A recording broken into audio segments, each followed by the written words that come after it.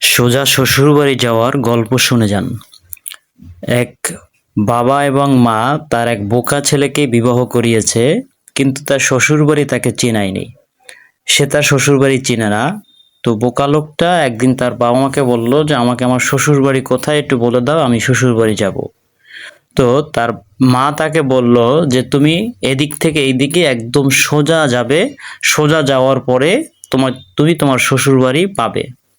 তো তাকে যেভাবে দিক নির্দেশনা দেওয়া হলো এবং বলা হলো সোজা যাওয়ার জন্য, সে সোজা রওনা করলো। তো যাই হোক, রওনা করলো। যাওয়ার কিছু দূর পরেই তার সামনে একটি পুকুর পড়ল। এখন বোকা লোকটা পুকুরের পার ঘুরে গেলেই কিন্তু যেতে পারতো, কিন্তু তা না গিয়ে সে চিন্তা করলো মা বলেছে সোজা যাওয়ার জন্য, তা আমি সোজা যাই। সে চিন্তা করলো এবং পুকুরের মধ্যে নেমে পড়লো। তো পুকুর সাঁতরে সে উপরে উঠলো এবং আবার হাঁটা শুরু করলো, সোজা যেতেছে। কোথাও সুবরি গাছ বাজলো, কোথাও খাল বাজলো, কোথাও অনেক কিছু বাজলো। সে সব কিছুকে সোজা যাওয়ার চেষ্টা করে কখনো সুবরি গাছে উঠলো, কখনো খালে সাঁতার কেটে উপর উঠলো। এভাবে করে সে যাচ্ছিল। তো কিছু দূর যাওয়ার পরেই তার সামনে বাজলো আবার এক বাড়ির গরুর গোয়াল ঘর। এখন সে চিন্তা করলো আমি যদি এই গোয়াল ঘর দিকে যদি ডান বাম হয়ে যায় তাহলে মায়ের কথা অমান্য হবে, সোজা যাওয়া যাবে না।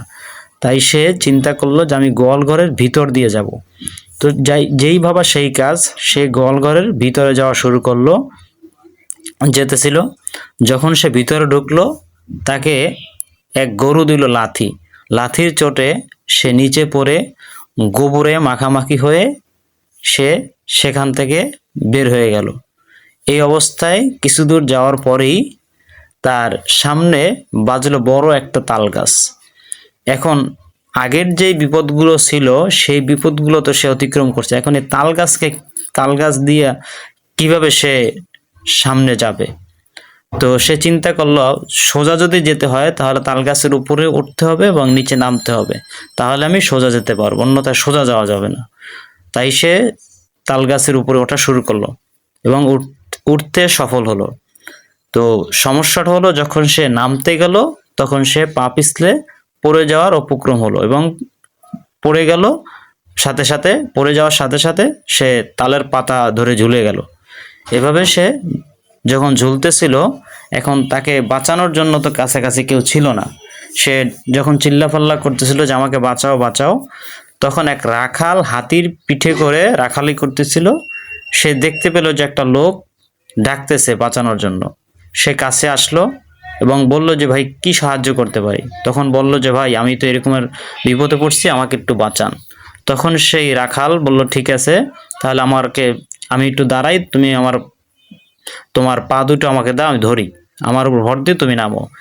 এইভাবে সে তাকে নামাতে গিয়ে যখন রাখাল হাতির পিঠে উঠে ওই ব্যক্তির পা ধরে নামাইতেছিল, সে পা উঁচু করে পায়ের বৃদ্ধাঙ্গুল দিয়ে হাতির পিঠে ভর দিয়েছিল।